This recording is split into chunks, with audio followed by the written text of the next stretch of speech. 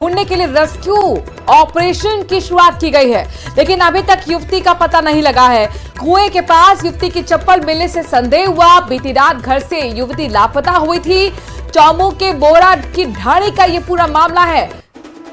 हीरा लाल हमारे संवाददाता इस खबर पर ज्यादा जानकारी के साथ जुड़ गए हैं। हीरा लाल, क्या अपडेट? जी, मैं आपको बता दूं कि चौमू बोरा की ढाणी का है। बीती रात एक 18 वर्षीय की परिजनों ने उसको इलाके में ढूंढने का प्रयास किया, लेकिन उसकी सुराग नहीं लगा। इस पर पुलिस को भी सूचना दी गई।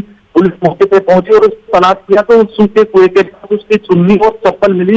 इस पर युवती के कुएं में गिरने का संदेह हुआ। इसमें पुलिस ने एसडीआरएफ की टीम को मौके पर बुलाया। एसडीआरएफ की टीम की उन्होंने कुएं में उतरकर हीरालाल, कितनी देर से ये रेस्क्यू ऑपरेशन चल रहा है? 1.5 से 2 घंटे तक एसडीआरएफ टीम ने रेस्क्यू किया, लेकिन युवती का कुएं। ठीक है, शुक्रिया हीरालाल तमाम जानकारी हम तक पहुंचाने के लिए। एसडीआरएफ की टीम लगातार रेस्क्यू ऑपरेशन को अंजाम दे रही है, लेकिन अब तक युवती का कोई भी सुराग हाथ नहीं लगा है। और झुंझुनू से बड़ी खबर आ रही है, जहां पर देर रात तेज रफ्तार बोलेरो सब्जी की दुकान में घुस गई। सब्जी की दुकान में सो रहे दुकानदार बाल बाल इस हादसे में बचे हैं। आपको बता दें कि मौके पर सिंघाना थाना पुलिस भी पहुंची। बोलेरो गाड़ी को जब्त किया गया है। इसमें सवार 3 युवकों को भी डिटेन किया गया है। सीसीटीवी कैमरा जो लगा हुआ था दुकान में, आखिरकार वो तस्वीरें इसमें कैद हुई है। तेज रफ्तार आप देख सकते हैं इस बोलेरो गाड़ी की। अचानक से बेकाबू होती हुई ये बोलेरो कार सब्जी की दुकान में घुस गई। वो तो गनीमत रही कि दुकानदार इस हादसे में बाल बाल बच गया, लेकिन जिस तरह की रफ्तार आपको दिख रही है, आप जान लीजिए बहुत बड़ा यह हादसा हो सकता था। लिहाजा तीनों युवक जो बोलेरो में सवार थे उन्हें हिरासत में पुलिस ने लिया है।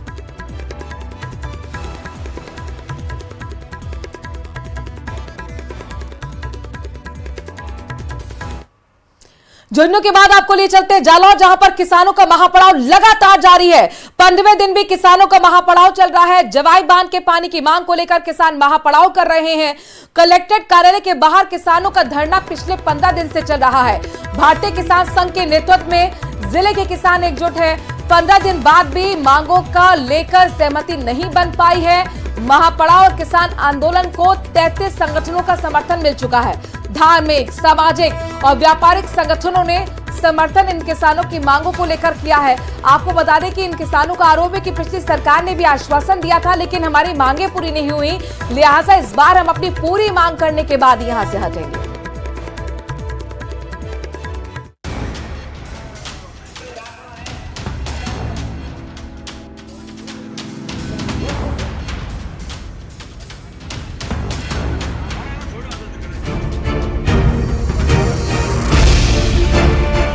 जालौर के किसान व्यापारी गुस्से में हैं, क्योंकि पूर्ववर्ती सरकार ने जवाई बांध का पानी देने का आश्वासन तो दिया था, लेकिन वादा पूरा करने के बजाय पाली और रोहित औद्योगिक क्षेत्र को पानी दिया जा रहा है।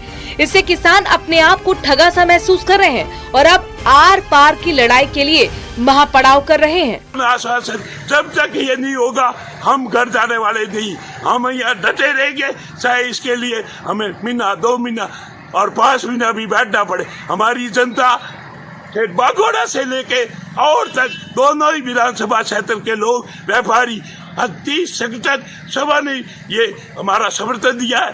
हमारा हिंदू, मुस्लिम, सिख, ईसाई सब हम पानी के लिए एक, न बीजेपी, न बसपा, न सपा, हम सब पानी है, हमारी जीवन रेखा है। यदि पानी नहीं आया तो हमारा व्यापार जालौर का बंद होने कगार पर रहेगा।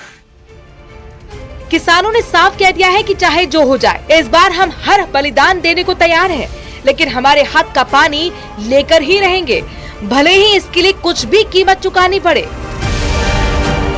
और इसके लिए हमने राजस्थान सरकार को कई बार निवेदन किया है। पिछले 12 साल से ये धरना चल रहा है, छोटा मोटा धरना प्रदर्शन, लेकिन अब हमने निश्चय किया है कि ये धरना प्रदर्शन अनिश्चितकालीन चलेगा। जब तक हमारी मांग पूरी नहीं होगी तब तक ये धरना प्रदर्शन चलता रहेगा।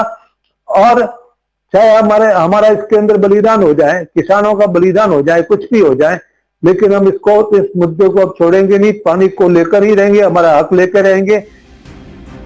खेतों में कामकाज छोड़कर किसान महापड़ाव पर बैठे हैं, लेकिन प्रशासन किसानों की सुनवाई नहीं कर रहा है। वही किसानों ने भी ठान लिया है कि भले ही प्राण जाए लेकिन पानी हर कीमत पर लेके रहेंगे। जब तक पानी नहीं मिलेगा महापड़ाव खत्म नहीं होगा। किसानों को करोड़ों रुपयों का नुकसान। आज मजदूर 1000 रुपया देते मजदूर मिलने के लिए खेतों में नहीं है। पर हम 14 दिन से इधर बैठे हैं। नेता जीतने के समय आते हमारे पास में वोट लेने के लिए, जब कहते आपके जवाई बंदे का हक अब की बार हम तय कर देंगे। पिछली बार कांग्रेस की सरकार थी, यही सब नेता आके हमको कहते थे कि बीजेपी की सरकार आने दो, आपका पानी का हक जवाई बांध का जवाई नदी में पानी का हक तय नहीं हो तो हमको बोलना। तो अभी सगन सिंह जी को कहा और जोगेश्वर जी को भी कहा और हमारे सासुर जीवाराम जी को भी कहा है, पर कोई हमारी फरियाद सुनने के लिए राजी नहीं है। हम इतने परेशान हैं, पर अब जो पानी हमको नहीं मिला तो चाहे भले प्राण जाए पर हम इधर से नहीं जाएंगे। किसानों का आक्रोश जो है साफ तौर से कैमरे के सामने देखने को मिल रहा है। लेकिन देखने वाली बात यह है कि किसानों की हक का पानी जो है पाली से होते हुए रोहित तक पहुंच रहा है। बड़े बड़े उद्योग धंधे जो है इससे पनप रहे हैं, लेकिन किसानों के हल्क जो है अभी तक तर नहीं हो पाया है। जो लगातार जो आक्रोश जो किसानों का जो है साफ तौर से कैमरे के सामने देखने को मिल रहा है। पिछले लंबे समय से जो जवाई डैम की पानी की जो मांग चल रही है उसको प्रशासन पूरा करने में नाकाम साबित हुआ है। कई नेता आए और अपनी आश्वासन का पिटारा किसानों को देके गए, लेकिन किसानों को बोले वाले किसानों को जो है यह आश्वासन आज भी आश्वासन के तौर पर रह चुका है। लेकिन इस बार किसानों ने ठान चुका है कि जब तक मांगे पूरी नहीं होगी तब तक जो है यह धरना जो है अनिश्चितकालीन चलेगा और अपनी मांग को जो है पूरी करने के लिए जो है अमित शाह तक भी जाना पड़े तो अमित शाह तक भी जो है जाएंगे। कैमरा पर्सन के साथ में न्यूज 18 के लिए। बड़ी खबर भरतपुर से आ रही। कृपाल जगीना के पिता की मौत के मामले में परिवार के लोगों ने जेल में बंद लोगों की पैरोल लगाई थी। पगड़ी रस्म और अस्थि विसर्जन के लिए पैरोल लगाई गई थी। हाईकोर्ट ने उसे खारिज कर दिया है। अंतिम संस्कार के लिए सिर्फ एक दिन के लिए ही पैरोल दी गई थी। बुधवार को लगाई गई पैरोल याचिका को हाईकोर्ट ने खारिज कर दिया। कुलदीप हत्याकांड में कपाल के दोनों भाई और उनके बेटे जेल में बंद हैं। अजमेर के हाई सिक्योरिटी जेल में दोनों बंद हैं। भरतपुर से बड़ी महत्वपूर्ण खबर आपको बता रहे हैं। कृपाल जगीना के पिता की मौत के मामले में बड़ा अपडेट। परिवार के लोगों ने जेल में बंद लोगों की लगाई पैरोल। पगड़ी रस्म और अस्थि विसर्जन के लिए पैरोल लगाई गई थी। हाई कोर्ट ने उसे खारिज कर दिया है। अंतिम संस्कार के लिए सिर्फ एक दिन के लिए पैरोल दी गई थी। बुधवार को लगाई गई पैरोल याचिका को हाई कोर्ट ने खारिज कर दिया। कुलदीप हत्याकांड में कृपाल के दोनों भाई और उनके बेटे जेल में बंद हैं। अजमेर के हाई सिक्योरिटी जेल में बंद हैं।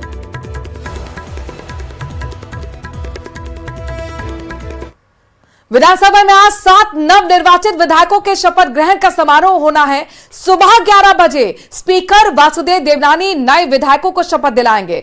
इस मौके पर नए विधायकों को संविधान की शपथ दिलाई जाएगी और वो अपने पद की जिम्मेदारियों को निभाने का वचन देंगे।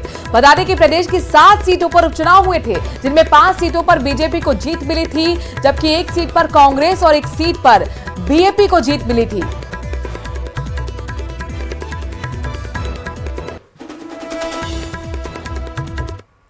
उधर जयपुर में मुख्यमंत्री भजनलाल शर्मा की अध्यक्षता में आज एक महत्वपूर्ण बैठक बुलाई गई है, जिसमें रन फॉर विकसित राजस्थान मैराथन कार्यक्रम की तैयारी को लेकर चर्चा की जाएगी।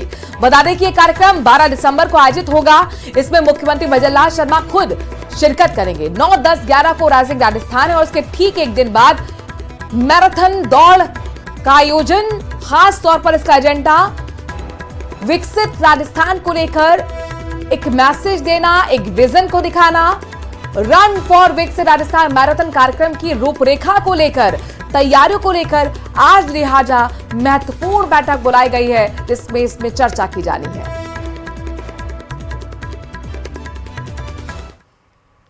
बात अजमेर दरगाह की करते हैं। अजमेर दरगाह को शिव मंदिर बताने का दावा कर सर्वे की मांग वाली याचिका निचली अदालत में जब से मंजूर हुई है, तब से अलग अलग दावों का दौर जारी है। इसी मामले में महाराणा प्रताप सेना भी अब आगे आ गई है, जिसके अध्यक्ष राजवर्धन परमार का कहना है कि उन्होंने पिछले 2 साल अजमेर दरगाह के मंदिर होने की मुहिम चला रखी है।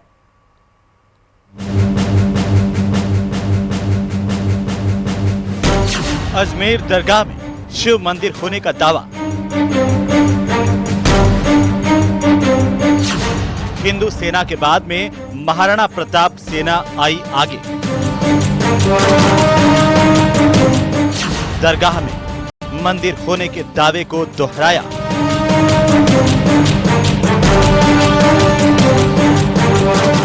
पच्चीस सितंबर 2024 को हिंदू सेना के अध्यक्ष विष्णु गुप्ता ने दरगाह के अंदर शिव मंदिर होने का दावा किया।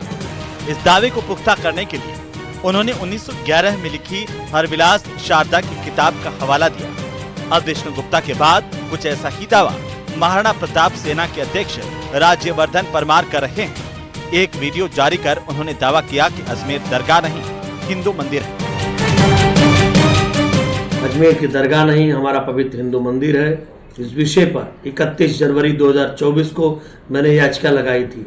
इन तमाम विषयों को लेकर हम पूरे देश और पूरे दुनिया के लोगों से पूछना चाहते हैं, क्या सर्वे कराना अपराध है? भारत संविधान से चलेगा। हम उसी संविधान के तहत चाहते हैं कि अजमेर की दरगाह या मंदिर, इसकी सरकार और सर्वे एजेंसियां जांच करें। इन्हीं बातों को मैं रख रहा हूं। अजमेर दरगाह में शिव मंदिर के दावे के अलावा राज्यवर्धन सिंह परमार का यहां तक दावा है कि अजमेर में 2.5 दिन का झोपड़ा भी हिंदू धर्म स्थल है। उनका कहना है कि करीब 2 साल पहले इस दावे के साथ उन्होंने एक जन जागरण अभियान भी चलाया था। ये देखिए, ये खिड़की भी हमने 2.5 दिन झोपड़े की दिखाई थी। 2.5 दिन झोपड़े की खिड़की। और आपको बता दें, ये नक्शा भी हमारे पास दरगाह का है, पूरा दरगाह का नक्शा भी है। और इस नक्शे पर कहाँ दरगाह है, कहाँ मंदिर है, ये भी हमारे पास पूरे साक्ष्य हैं। और सारे कागज हमारे पास हैं। ये देखिए 2.5 दिन का झोपड़े की भी तस्वीर है। ये देखिए दरगाह का पूरा हमारे पास पूरा डाटा है। ये सारे डॉक्यूमेंट आज हम कोर्ट पे पेश कर रहे हैं। ये देखिए 1798। तो ऐसे करके ये जो दस्तावेज हैं तमाम। लेकिन वर्तमान में हमारी याचिका भारत की महामहिम राष्ट्रपति जी को हमने 31 जनवरी को लगाई थी, जिसमें 2 फरवरी को हमारे पास आर्डर भी आया, कमेटी भी गठित हो गई। और हम आपको बता दें कि हर दिन मंदिर में काटी गाय गिराए दोषियों मोहिउद्दीन चिश्ती और उसके सखियों का सच। तो ऐसे करके आप देख सकते हैं, सारे दस्तावेज हमारे पास हैं। वहीं AIMIM के राजस्थान प्रदेशाध्यक्ष जमील अहमद खान का भी बयान सामने आया। उन्होंने दरगाह को धार्मिक सहिष्णुता और एकता का प्रतीक बताया। साथ ही 1991 के प्लेस ऑफ वर्शिप एक्ट का हवाला देते हुए कहा कि किसी भी धार्मिक स्थल का स्वरूप बदला नहीं जा सकता। उन्होंने कहा कि ऐसी याचिकाएं देश का माहौल खराब करने और सांप्रदायिक तनाव बढ़ाने की कोशिश है। 1991 के प्लेसेस ऑफ वर्शिप एक्ट के तहत सरासर रूप से गलत है, दायर नहीं की जानी चाहिए थी। जो एक्ट ये कहता है कि सन 47 भारत की आजादी के बाद जितने भी धार्मिक स्थल हैं उनकी स्थिति यथास्थिति के तौर पर रखी जाएगी। लेकिन कुछ लोग हमारे देश का शांति और सौहार्दपूर्ण का वातावरण खराब करने में लगे हुए हैं और अपनी सस्ती लोकप्रियता के लिए इस तरह की याचिकाएं दायर कर देते हैं। मैं माननीय कोर्ट से आग्रह करना चाहूंगा कि वो इस तरह की याचिकाओं को एक सिरे से खारिज करें और जो लोग भी इस तरह की हरकतें कर रहे हैं उन लोगों के खिलाफ भी कड़ी से कड़ी कार्रवाई की जाए। बहरहाल हिंदू सेना की याचिका को मंजूर करने के बाद निचली अदालत ने दरगाह कमेटी, अल्पसंख्यक मंत्रालय और ASI को नोटिस जारी किए हैं। साथ ही 20 दिसंबर को सुनवाई की तारीख तय की है। लेकिन इसी बीच महाराणा प्रताप सेना के अध्यक्ष राज्यवर्धन सिंह परमार नए सिरे से याचिका दायर करने की बात कर रहे हैं। अजमेर से अशोक भाटी और जयपुर से न्यूज़ 18 राजस्थान के लिए अरबाज अहमद की रिपोर्ट। भरतपुर से बड़ी खबर आ रही है, जहां पर एक साथ 6 मकानों में चोरी का मामला सामने आया है। पुलिस की गश्त व्यवस्था पर ग्रामीणों ने सवाल उठाए। एक साथ 6 मकानों में चोरी से ग्रामीणों में गुस्सा है। पुलिस पर सूचना के बाद 3 घंटे से देरी हुए पहुंचने का आरोप भी है। नदबई थाना इलाके के कबई गांव का ये मामला। देर रात मकान के ताले तोड़कर चोरों ने वारदात को अंजाम दिया और ऐसे में ग्रामीणों का गुस्सा फूट पड़ा। ग्रामीणों ने पुलिस की गश्ती को लेकर सवाल खड़े किए, कानून व्यवस्था पर सवाल उठाए। एक साथ 6 मकानों में चोरी का ये मामला। दीपक हमारे संवाददाता इस खबर पर ज्यादा जानकारी के साथ जुड़ गए। दीपक, एक साथ 6 अगर मकानों को निशाना चोर बना रहे हैं तो ये उनके हौसले दिखा रहे हैं कि किस तरीके से खाकी का खौफ उनके अंदर नहीं है। देखिए, बिल्कुल नदवई की जो स्थानीय पुलिस है उसको लेकर के लगातार लोगों में आक्रोश नजर आ रहा है और नदवई में जिस तरह से चोरी, लूट, नकबजनी घटनाएं जो घट रही हैं उसको लेकर के लगातार लोग परेशान हैं और वहां जो स्थानीय थाना पुलिस है उस पर ये आरोप लग रहे हैं कि उनकी जो कार्य प्रणाली है, उनकी जो गश्त व्यवस्था है वो ठीक नहीं है और उसके कारण चोरों के जो हौसले हैं वो बुलंद हो रहे हैं और इसके कारण इस तरह की जो घटना है वो देखने को मिली है। हाल ही देर रात में जिस तरह से कवई गांव में ये घटना हुई, एक साथ 6 मकानों के ताले तोड़ करके सामान को पार कर ले गए चोर और उसके बाद जब ग्रामीण पुलिस को सूचना देते हैं तो ये आरोप है ग्रामीणों का कि 3 घंटे देरी से पुलिस पहुंचती है। यानी कि आप अंदाजा लगाइए, जिस गांव में चोरी हुई और उसके बाद ग्रामीणों ने सूचना दी तो उसके बाद मौके पर 3 घंटे से अगर देरी से पुलिस पहुंच रही है तो किस तरह से चोरों के हौसले बुलंद होंगे। 3 घंटे में तो चोर चोरी करके कहीं से कहीं पार हो जाएंगे। तो इस तरह के जो आरोप है वो ग्रामीणों ने लगाए और ये भी कहा है कि पुलिस की जो गश्त व्यवस्था है वो ठीक नहीं है। इसको लेकर के उन्होंने कई बार पुलिस के उच्च अधिकारियों को पकड़े जाएंगे। दूसरा, ये जो 6 मकान में चोरी की गई है, क्या ये सभी खाली थे? कोई इनके मालिक नहीं थे घर पर? देखिए, बताया ये जा रहा है कि शादी विवाह समारोह में शामिल होने के लिए लोग गए थे और उस दौरान ये जो मकान थे यहाँ कुछ लोग तो कई मकानों में सो रहे थे जिनको पता नहीं लगा चोरी की घटना का और कई मकान जो है वो खाली थे। इस पूरे मामले की अब पुलिस जांच कर रही है। पुलिस का ये कहना है कि ये जो घटना हुई है इसको लेकर के लगातार जो जांच है वो की जा रही है। जल्द ही जो चोर है उनको पकड़ा जाएगा और जो सामान है उसको भी बरामद किया जाएगा। पुलिस का अपना ये तर्क है कि जानकारी हम तक पहुंचाने के लिए तो पुलिस का दावा यही कि जल्द से जल्द चोरों को हम पकड़ेंगे भी, उनके पास से चोरी का माल भी बरामद करेंगे। लेकिन जाहिर तौर पर ग्रामीणों में बहुत ज्यादा नाराजगी पुलिस को लेकर, उनकी गश्ती को लेकर कई सवाल खड़े किए गए हैं। और इस बीच बड़ी खबर अलवर से आ रही है, जहां पर आरआर कॉलेज परिसर के जंगल में पैंथर की मूवमेंट देखने को मिली है। कॉलेज के आसपास की कॉलोनी में लोगों में दहशत का माहौल है। घूमने के लिए लोगों को अब कॉलेज के अंदर रोका गया है। 2 दिन बाद भी वन विभाग की पकड़ से दूर है पैंथर, लिहाजा अब यहां पर पैंथर पकड़ने के लिए पिंजरा लगाया गया है ताकि पिंजरे के जरिए पैंथर को यहां पर पकड़ा जाए। तस्वीरें आपके सामने हैं, ये पंजे आपको नजर आ रहे हैं, ये मूवमेंट की तस्वीरें कैद हुई हैं, लेकिन अब तक पैंथर कैद नहीं हो पाया। 2 दिन से कोशिशें नाकाम और अब यहां पर पिंजरे का सहारा लिया जा रहा है ताकि पैंथर को जल्द से जल्द पकड़ा जाए। आरआर कॉलेज में आपको बता दें कि 2 दिन से दहशत में लोग जी रहे हैं, लिहाजा अब कॉलेज परिसर में सभी के घूमने पर रोक लगा दी गई है।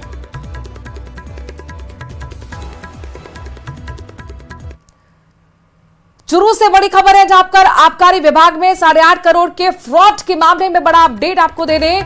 4 आरोपियों को कोर्ट में पेश कर 5 दिन की रिमांड पर लिया गया है। एलडीसी अजय कुमार सहित 3 ठेकेदारों को गिरफ्तार किया गया था। पुलिस ने अब तक 4.5 करोड़ की रिकवरी भी की। साइबर पुलिस ने 24 से ज्यादा ठेकेदारों से पूछताछ की है। 29 शराब की दुकानों से लॉगिन कर फ्रॉड को अंजाम दिया गया। आबकारी सॉफ्टवेयर में लाइसेंस धारियों के वॉलेट में राशि को एडजस्ट किया गया। वॉलेट में राशि एडजस्ट कर 8.5 करोड़ के लगभग का यह फ्रॉड है।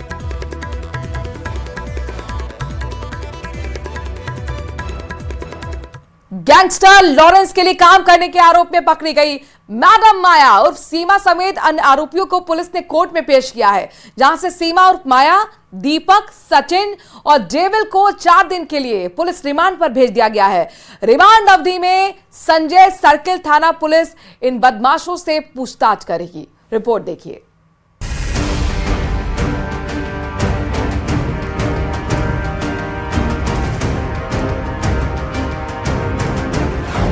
चार दिन के पुलिस रिमांड पर मैडम माया, 3 अन्य बदमाशों को भी 4 दिन का रिमांड। हथियारों की तस्दीक के लिए दिल्ली लेकर जाएगी पुलिस।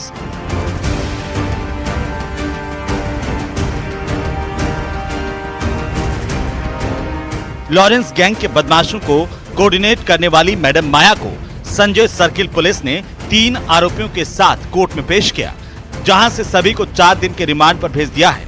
मैडम माया और सीमा के साथ दीपक, सचिन और डेविड को 4 दिन के रिमांड पर भेजा गया।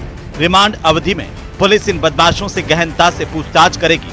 साथ इस गैंग के कब्जे से बरामद हुए अवैध हथियारों की तस्दीक के लिए इन्हें दिल्ली, गुजरात और हरियाणा लेकर जाएगी। गैंग सक्रिय है। कुछ लड़के हैं जो एमपी से जाकर हथियार लाए हैं। हथियार के साथ ऑनलाइन उन्होंने अपनी फ़ोटोज़ लगाई हैं और इस तरह से हमने जब उनको उठाया तो हमें पता चला कि उनके लॉरेंस बिश्नोई और रोहित गोदारा की गैंग से संपर्क है। इसकी ही कड़ी से कड़ी जोड़ के हमने 2 और लड़कों को अरेस्ट किया जो उनके साथ एमपी गए थे। अभी हम आगे उन्होंने हथियार किसको सप्लाई किया है, 2 हथियार तो हमने उनसे बरामद कर लिए हैं और 2 हथियार उन्होंने आगे किसको सप्लाई किए हैं, इसकी अभी जांच करना बाकी है। और साथ में ही जो उनको पैसे दे रहा था और उधर उसने भेजा था, उस जो इनके साथ निरंतर संपर्क में था, उसको भी हमने अरेस्ट कर लिया है। दरअसल जयपुर में चांदपोल से कारोबारी को रंगदारी के लिए जान से मारने की धमकियां मिल रही थी। पुलिस के मुताबिक उसकी हत्या की साजिश भी रची गई, लेकिन वारदात से ठीक पहले पुलिस को भनक लग गई और मौके से गैंग में शामिल महिला समेत 7 बदमाशों को पुलिस ने धर दबोचा, जिनके कब्जे से 4 देसी कट्टे, पिस्टल, मैगजीन और 7 कारतूस बरामद हुए थे। जो 2 लड़के थे उनके साथ में एक विष्णुई लड़का था। ये तीनों मिलके चांदपोल अनाज मंडी में इकट्ठे हुए थे। किसी उसकी गैंग के इशारे का इंतजार कर रहे थे किसी व्यापारी पे फायरिंग वगैरह करने का। उस दौरान हमें मुखबिर से सूचना मिली, तब इनको पकड़ लिया गया। इनके पूछताछ के बाद में ही इनकी गैंग के बारे में पता चला कि ये लॉरेंस बिश्नोई गैंग से जुड़े थे। पुलिस की अब तक की जांच में कई अहम खुलासे हुए हैं। इसके तहत हिसार का दीपक सेन गैंग के लिए फिरौती वसूलने के लिए टारगेट का काम करता था। वहीं राजकोट गुजरात का हरेन शैलेश भाई उर्फ डेविल राजा इस गैंग का शार्प शूटर है। डेविल राजा के खिलाफ दिल्ली के सनलाइट थाना और हनुमानगढ़ के संग्रिया थाने में भी केस दर्ज है। वहीं हिसार हरियाणा का सचिन वर्मा भी गैंग के लिए मैडम माया के साथ मिलकर मैसेंजर का काम करता था। बदमाशों को हिसार, दिल्ली, जयपुर और गुजरात के राजकोट से पकड़ा गया है। इनमें अभी तक 7 मुलजिम अरेस्ट किए, जिनसे 4 वेपन और 7 कारतूस और 1 खाली मैगजीन बरामद की गई है, जिनमें योगेश सैनी है, मोहम्मद अकील है, हरेंद्र बिश्नोई है, सचिन वर्मा है, माया उर्फ सीमा उर्फ रेणु है, दीपक सैन्य है। लॉरेंस गैंग से जुड़ी मैडम माया समेत 4 आरोपी 4 दिन के पुलिस रिमांड पर हैं और उम्मीद की जा रही है कि पुलिस इन बदमाशों के जरिए गैंग के दूसरे सदस्यों तक पहुंच पाएगी। जयपुर से न्यूज़ 18 के लिए विष्णु शर्मा की रिपोर्ट। चित्तौड़गढ़ जिले के मंडफिया स्थित श्री सावरिया जी में खोले गए भंडार के दूसरे चरण की काउंटिंग पूरी हो गई है। दूसरे राउंड में 3 करोड़ 60 लाख रुपए की गिनती की गई है। दोनों राउंड को मिलाकर अब तक 15 करोड़ की राशि की काउंटिंग हो गई है। नगदी और आभूषण की गणना भी बाकी है। 30 नवंबर को चतुर्दशी के मौके पर भंडार खोला गया था। उस दिन कुल 11 करोड़ 34 लाख 75 हजार रुपए की गिनती की जा चुकी थी, जबकि भंडार खोलने के दूसरे दिन रविवार को अमावस्या होने की वजह से गिनती संभव नहीं हो पाई। अगले दिन राजभोग आरती के बाद फिर से काउंटिंग शुरू हुई। दूसरे राउंड की गणना में 3 करोड़ 60 लाख रुपए गिने गए। इस बार दीपावली से पहले आने वाली चतुर्दशी पर भंडार नहीं खोला गया था, जिसके कारण इस बार 2 महीने बाद भंडार की राशि की गिनती की जा रही है। अनुमान लगाया जा रहा है कि इस बार रिकॉर्ड राशि निकलेगी।